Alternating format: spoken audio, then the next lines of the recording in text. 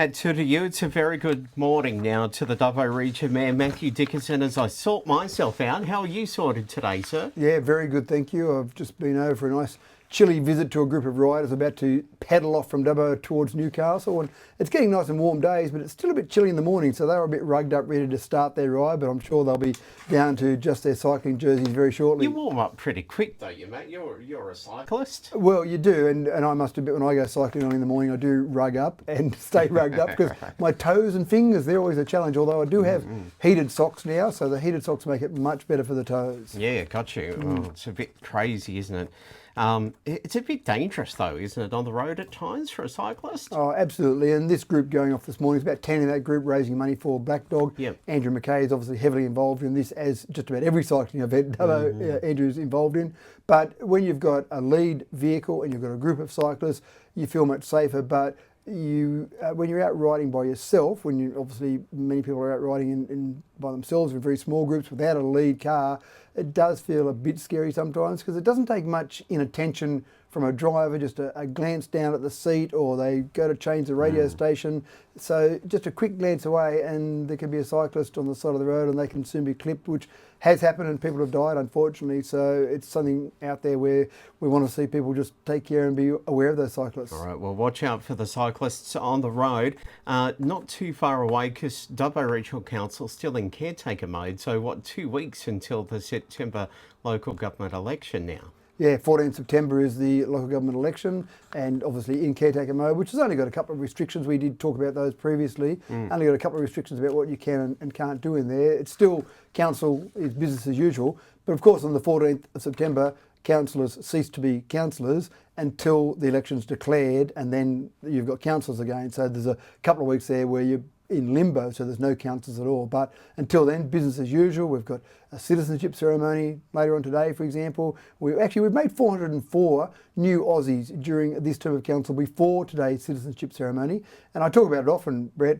The most exciting thing, the most enjoyable thing I get, apart from seeing you, of course, the most enjoyable thing I get to do as the mayor is to make people Aussies. It's such an exciting thing for the people in the room. They're excited. Their family and friends are really on a high. You've got councillors in there with us. Often the federal or the state members will come along as well. So there's a real buzz in the room, and these people get to be Aussies. So that's really exciting. Because it's not really that simple to become an Aussie. I mean, it's better than what it used to be, but there's still red tape involved, and these people work hard to become an Australian citizen, don't they? They've had to have been here for a certain number of years for a start.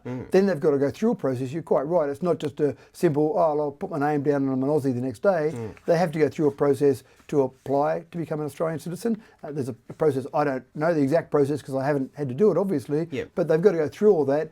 And at the end of all that, they finally get to say, I'll go along to a ceremony. So you're right, it's the end, it's the culmination of a series of steps to actually get to that point in time. But also, they've been in this country, obviously, for a number of years. They probably feel like they're Australian because they're part of the community. It's not as if suddenly the day they become an Aussie, they then become part of the community. They're already part of the community. So this is that final step, but it's a real buzz. So, and I invite anyone, it's 11 o'clock this morning at the Dubbo Regional Theatre and Convention Centre.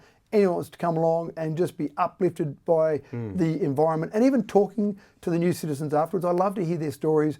Where'd you come from? What brought you to Australia? Out of all the nations, a couple hundred nations in the world, you chose this nation, but then out of 7.6 million square kilometres, you chose our little patch of dirt. Why did you choose that? Why? Why choose a little Dubbo? Yeah, so it's always fascinating. They've always got different stories to tell about why they ended up here. Yeah, congratulations to those people as part of that ceremony today. Matt, a couple of things I wanted to talk to you about before we ran out of time. Just last week, one of them without notice. Can you tell me, what's the Ballymore flood study?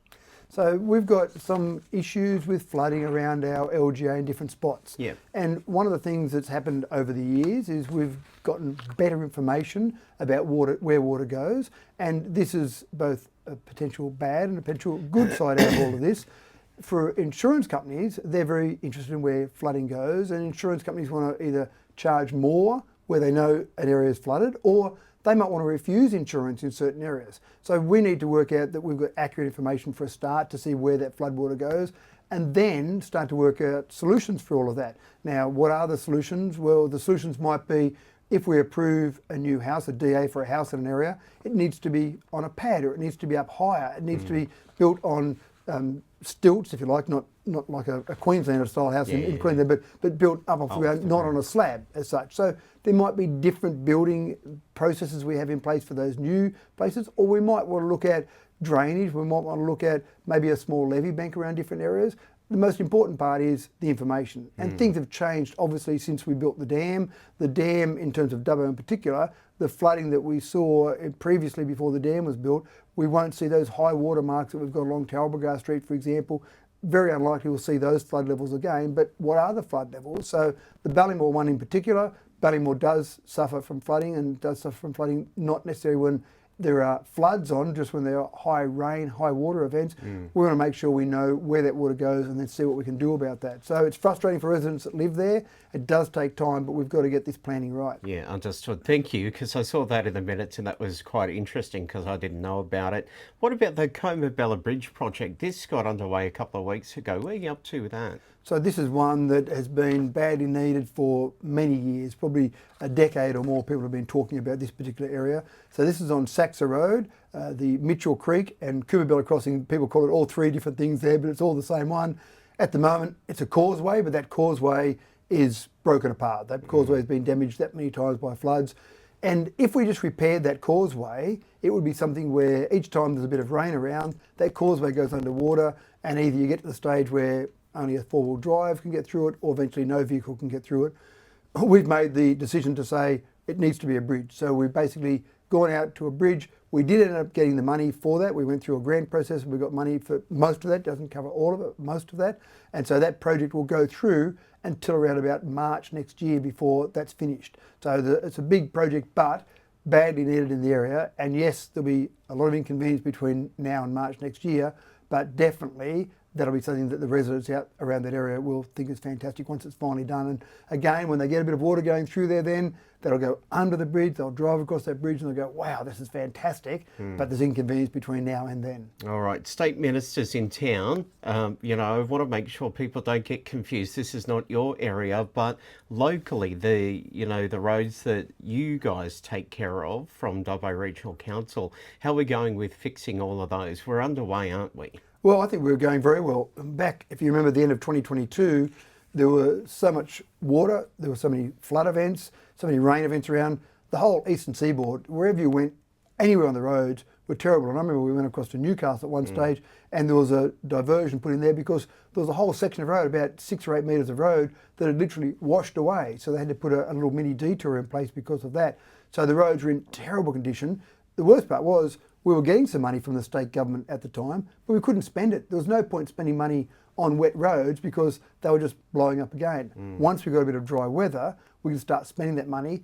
And I think now, myself and certainly other councillors, the commentaries we heard from the public a year and a half ago were all about roads, all about potholes, all about the damage to the roads, all about when you're going to fix the roads. Now I don't hear commentary around that at all. There's still some roads that aren't in perfect condition, but I don't hear a lot of commentary about the roads at the moment because the roads are in much better condition. Still more work to be done.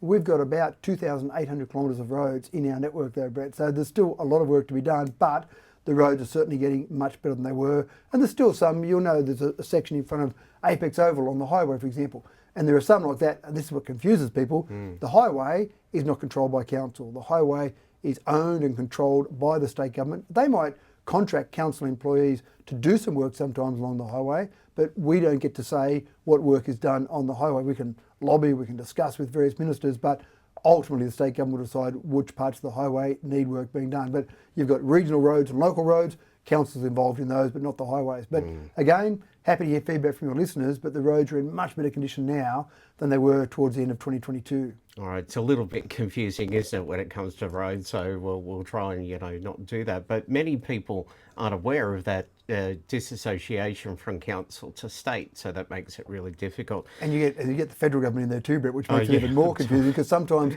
some roads will receive some federal funding, some bridges. We might receive some money from the state government or the federal government to do some bridges because we've done a few bridges as well in this term of council, and we have one more major one to go. We sometimes get money from all three levels, and you do have those three classifications, Brett: local, regional, and and state roads, and so those three are highways. Those three are different ways of funding and different ways of working on those three types of roads. So Yeah. it is confusing. Well, for me, I just get cranky at all of you. How about that? Is that all right? Yeah, good, thanks. I interviewed the Vinnie Sleep Out coordinator, 2-3 weeks ago now, I think it is, in regards to the sleep out that's happening tonight, and a lot of people involved with that.